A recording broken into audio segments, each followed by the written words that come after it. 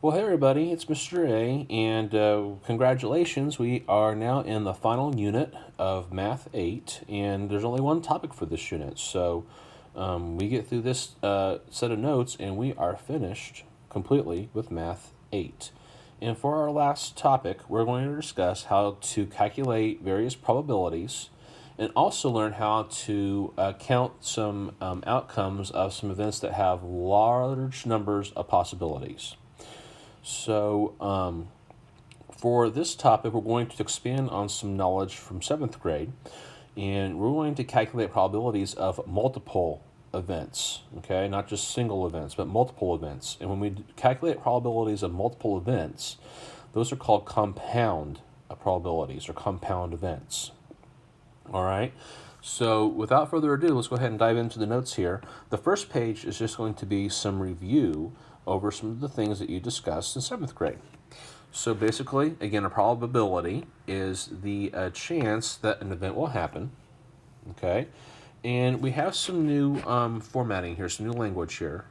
So basically, one way we can write probabilities is to use the language I just highlighted in the box, okay? And the way we read that is we say P of event. P stands for probability, so the probability of an event, okay? And the way we calculate a probability is the number of ways a specific event can happen. Okay, so then we can divide that by the total number of events. All right, so I'm going to demonstrate this with these discussion questions down here after you've had a chance to answer them. So take a look at those two discussion questions. Okay, and then we're going to pause for a minute, give you a chance to answer those, and then we'll talk about the answers to those on the other side. All right, so I'm going to pause for a second, just answer the two discussion questions to the best of your ability, and then we'll discuss the correct answers on the other side. All right, so pausing now.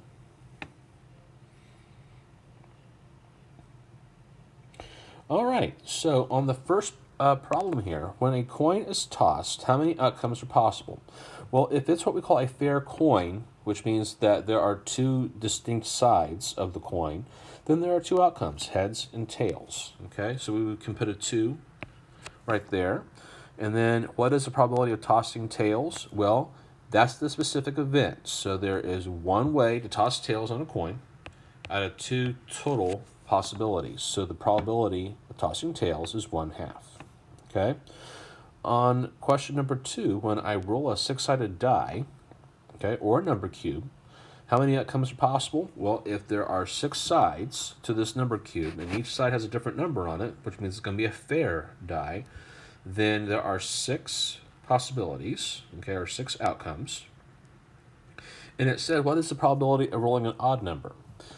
Well, if I have a 6-sided cube, and each side has a number 1 through 6 on it, then 3 of the sides, 1, 3, and 5, have an odd number on them. Okay?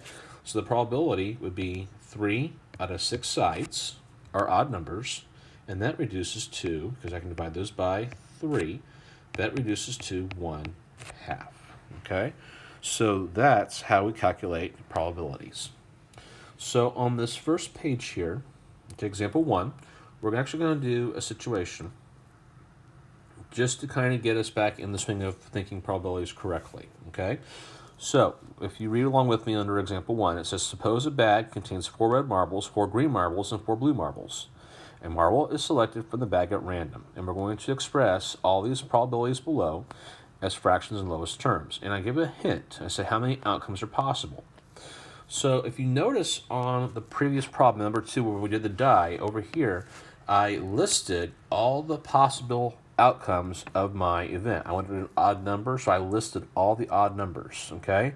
Making lists and drawing pictures are going to be very, very, very helpful when we're trying to make sure we've accounted for all possible outcomes, okay? It can give us the total. It can also help us out trying to figure out the specific number we're looking for. So I strongly suggest making lists and pictures, drawing pictures, because I have stated several times before, the less we do on our head and try to do it all on our head, the better off we're going to be, and the more likely chance we're going to get correct answers. Okay, so strongly suggest making lists, drawing pictures. All right, so probability of selecting a red marble, then a probability of selecting a green marble, and then a probability of selecting a blue marble. So for these examples, what I'm going to do is I'm going to do one or two of them for you, and I'm going to save the other one or two of them for you to do on your own. So you have some additional extra practice there, and you can check your answers with the answer key for the notes that I post on Canvas, okay? So what we're going to do first is we're just going to make a picture of these marbles over here on the left side of the page, okay? So we have 4 red marbles, okay? They don't have to be the same size, we're just getting a picture. And then 4 green marbles, okay? And then finally 4 blue marbles. So there's my picture. All right, if I count up all the marbles that are in the bag, I would count a total of 12 marbles. So it's very important to get your total early on, okay? So there are 12 marbles in the bag, okay? And now I'm going to do example 1, and then you can duplicate the process to figure out examples 2 and 3, okay? So all I'm going to do is figure out how many marbles in the bag are red. Okay, there are 4. That's going to be the top number of my fraction, okay? Because there's 4 different ways I can select a red marble from the bag. And there are 12 marbles in total. So my denominator is going to be 12. So the probability of selecting a red marble is 4 out of 12 choices, okay? Now I can reduce this fraction. I can divide both the top and the bottom by 4 and get a final fraction of 1/3. And 1/3 is my final answer. All right? So I want you guys now to try problems 2 and 3.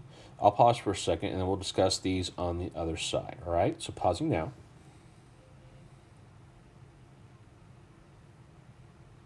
Okay, so on the other side, now we're going to look at probability of selecting a green marble. Well, there are 4 green marbles also. So 4 over 12, and if we reduce that, we get 1/3 again. Okay, and likewise, when I do the blue marbles on problem 3, I get 4 over 12, and divide that by 4 again, and get 1/3.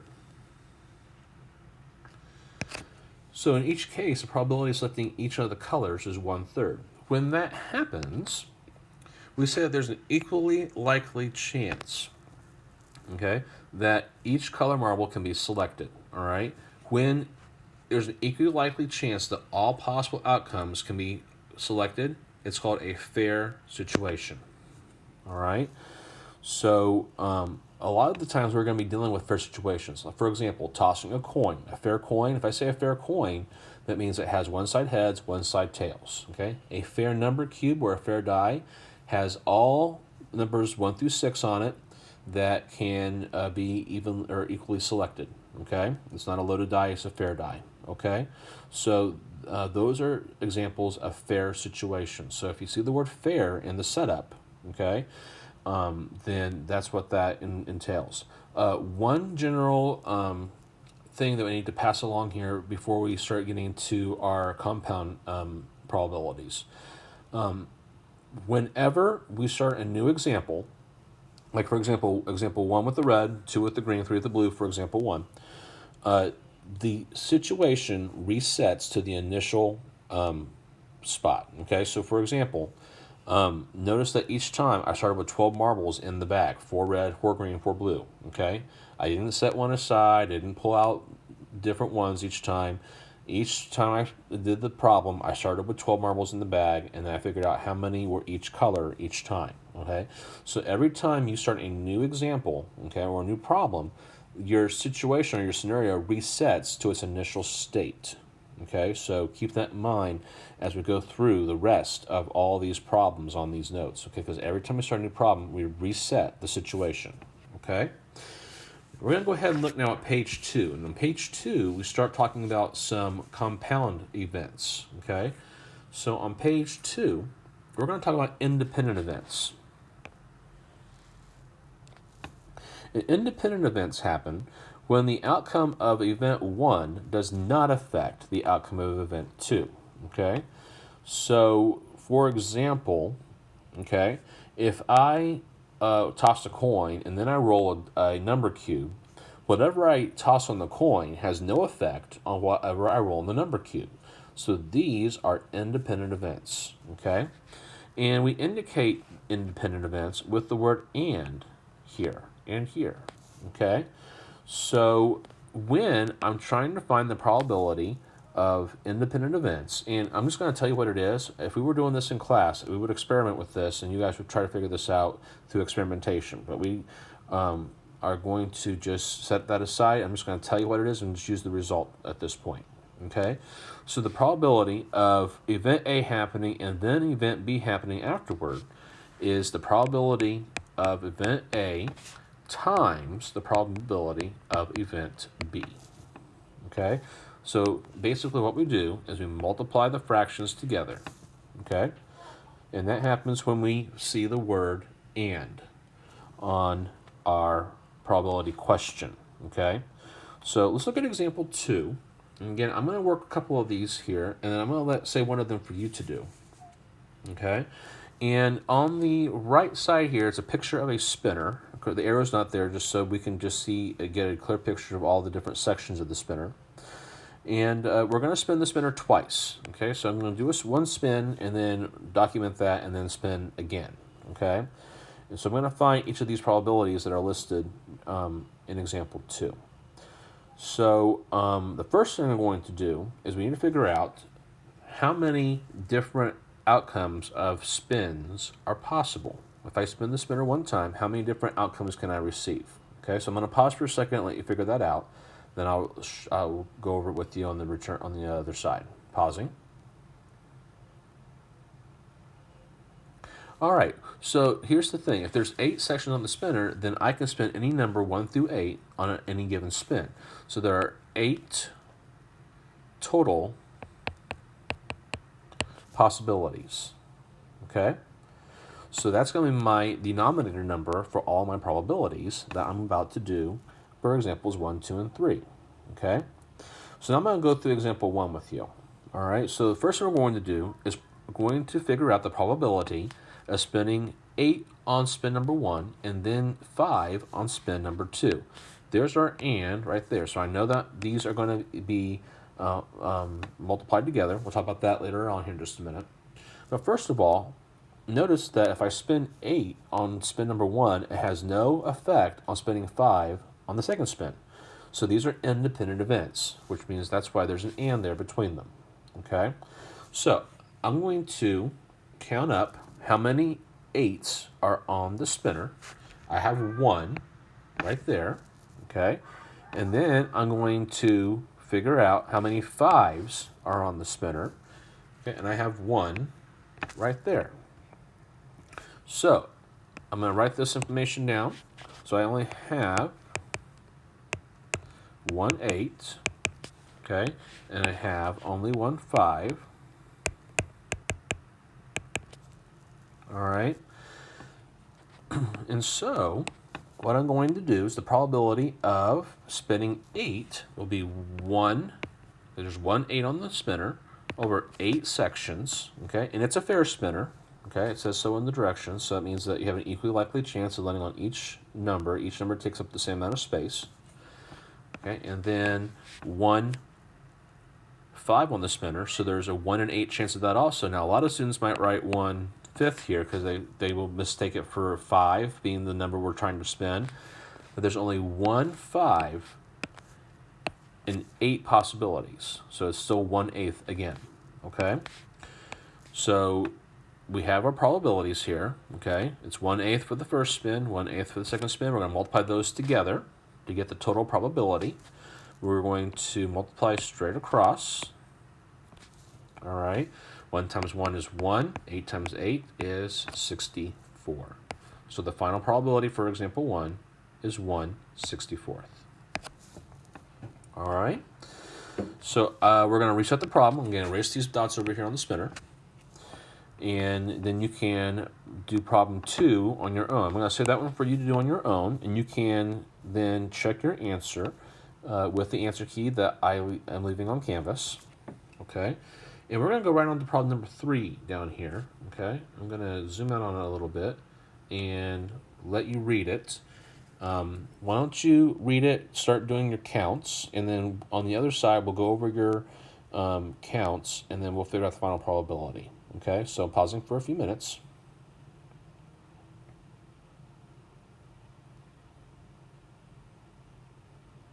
Okay, so hopefully you're able to have figured out your counts by now.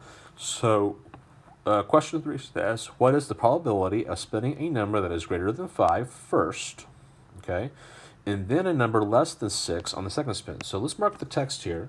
So on the first spin, I want greater than 5, okay, and on the second spin, I want a number less than 6, okay. So what we're going to do is I'm just going to mark on the spinner all the sections that are greater than 5. They have a number greater than 5 on them. So that'd be the sections 6, 7, and 8. Okay? And then on the second spin, we're looking for a number that is less than 6. So I'm going to mark all the sections of the spinner that have a number on them that are less than 6. That would be the 5, the 4, the 3, the 2, and the 1. All right? So I'm going to go down here so I have some room to work. So for the first spin, I can roll 3 or spin 3 numbers, 6, 7, and 8. Okay? And then, so that would be a probability of 3 possibilities over 8 total events. Okay, so the probability is 3/8. Okay. And then for the second spin, I can spin a 5, a 4, a 3, a 2, or a 1. So that's going to be 5 possibilities out of 8. All right, multiply those numbers together. 3 times 5 is 15. 8 times 8 is 64. So the final probability is 15 over 64. Okay, and again, I'm leaving problem 2 for you to try on your own at this point. Okay, reset the situation and try problem number 2. Okay, moving on to the next page, page 3. On the next page, we're going to talk about the opposite of independent events, which are dependent events. Okay, so dependent events. Now, this is where the outcome of event 1 does affect the outcome of event 2. Okay, and the example that I have here for you on example 3 I'll show you how that actually happens here. When we have dependent events, we have to be very careful how we count, because our count might not necessarily be the same in both the total number of events for the second selection and how many of what we're selecting could also be influenced. So we have to be very careful how we count when we have dependent events. Got to be careful how we count all the time, but dependent events make it a little trickier if we're not on our game. So we got to be very careful with that, okay? Now, if you notice here in the box, we're still going to calculate dependent events the same way. There's the word and, so we're going to still calculate this as the probability of event A times the probability of event B. All right, so the multiplication doesn't change. We're still going to multiply, okay? So, but here's the thing, okay? The counts are going to be different when the events are dependent, okay? So I'm going to read example 3 to you, and then we'll talk about how this is a situation that models dependent events versus independent events. So for example 3, there are 4 red, 8 yellow, and 6 blue socks in a drawer.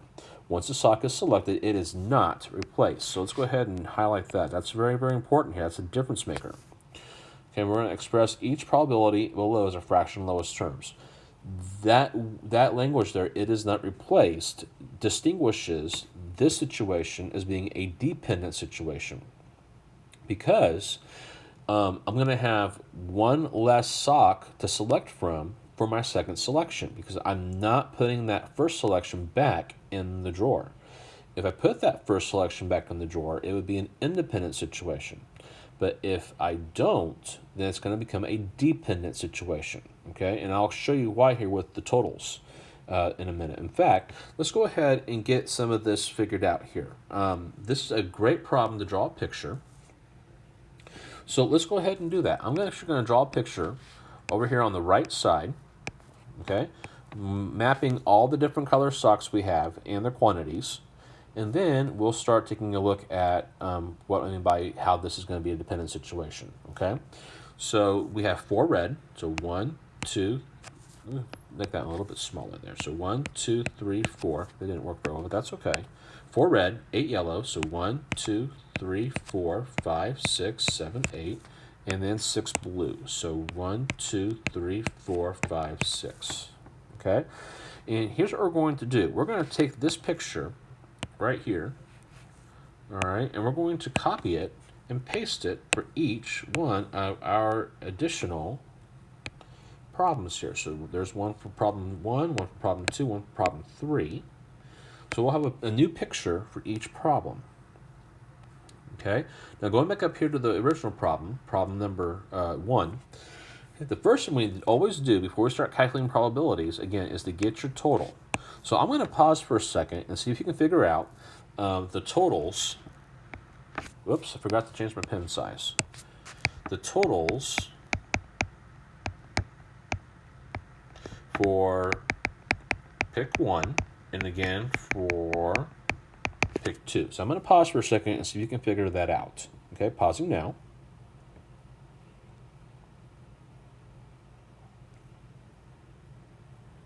All right, so if you add up all of the all the socks, each circle represents a sock. There's 4 red, okay, add that to 8 yellow, that's 12, and add that to 6 blue, so 12 plus 6, that's going to be 18 socks for pick number 1. Now here's the difference though. Once I pick sock number 1, it don't put it back in the drawer. So on pick number 2, I'm going to have 1 less sock to select from. So I'm only going to have 17 socks to pick from. Okay? So that's the difference between independent events and dependent events. All right? The totals are not the same for each pick. So be very mindful of that as you set these up. All right? So let's go ahead now and do example 1. I'm going to do 1 and 3 again. Okay, save you to do number 2. So on problem number 1, we're going to pick red first. So the probability of selecting a red sock. I'm going to pause and let you write down that fraction, and then we'll discuss it on the other side.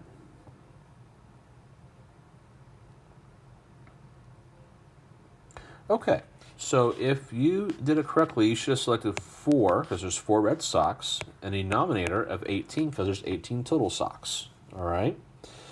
Now, here's the idea. We've selected a red sock for the first pick, so there's going to be 1 less red sock in the drawer for pick number 2. Okay? So, I want you to try to figure out now the probability of selecting a blue sock from the drawer. I'm going to pause for a second and let you figure that out.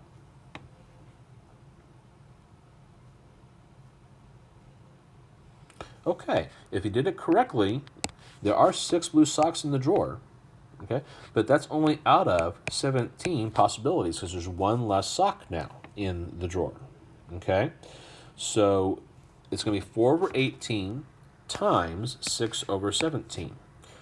Now, a little thing here about multiplication. All right, you can multiply straight across, that's fine. You can also use your calculator, that's fine too. If you remember how to cross-cancel common factors, that will save you some multiplication on some larger numbers, all right? So on the diagonal there, we have a factor of 6, okay? So 6 divided by 6 is 1, 18 divided by 6 is 3.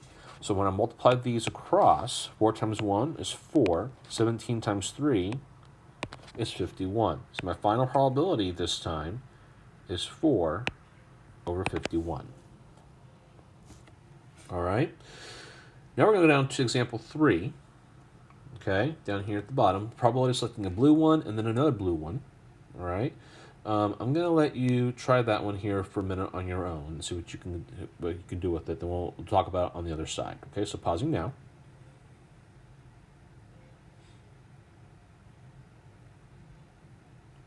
Okay, so again, the situation reset, so all 18 socks are back in the drawer, okay, because it's a new problem. So there are 6 blue socks, so we're going to start out with a 6 over 18, okay, and then we're going to eliminate one of the blue socks. So for the second selection, not only do I have one fewer sock in total, I have one fewer blue sock also. So that affects both of the counts. Okay? So for the second probability, I'm going to have 5 over 17. Because now I only have 5 blue socks out of 17 possibilities. So multiply these together. Again, I can cross cancel here. Also reduce that fraction and make it a little bit easier. Okay, 1 times 5 is 5. 17 times 3 is 51. Final probability is 5 over 51. Okay, so that is the first couple of different probabilities of compound events we're going to discuss. All right, I'm going to leave it here for the first video. And on the next video, we'll discuss the next two possibilities, mutually exclusive and complementary. All right, so go ahead and try the first assignment here if you want to, or go ahead and advance to the next video. Either way, I will talk to you again in video number 2. All right, see you then.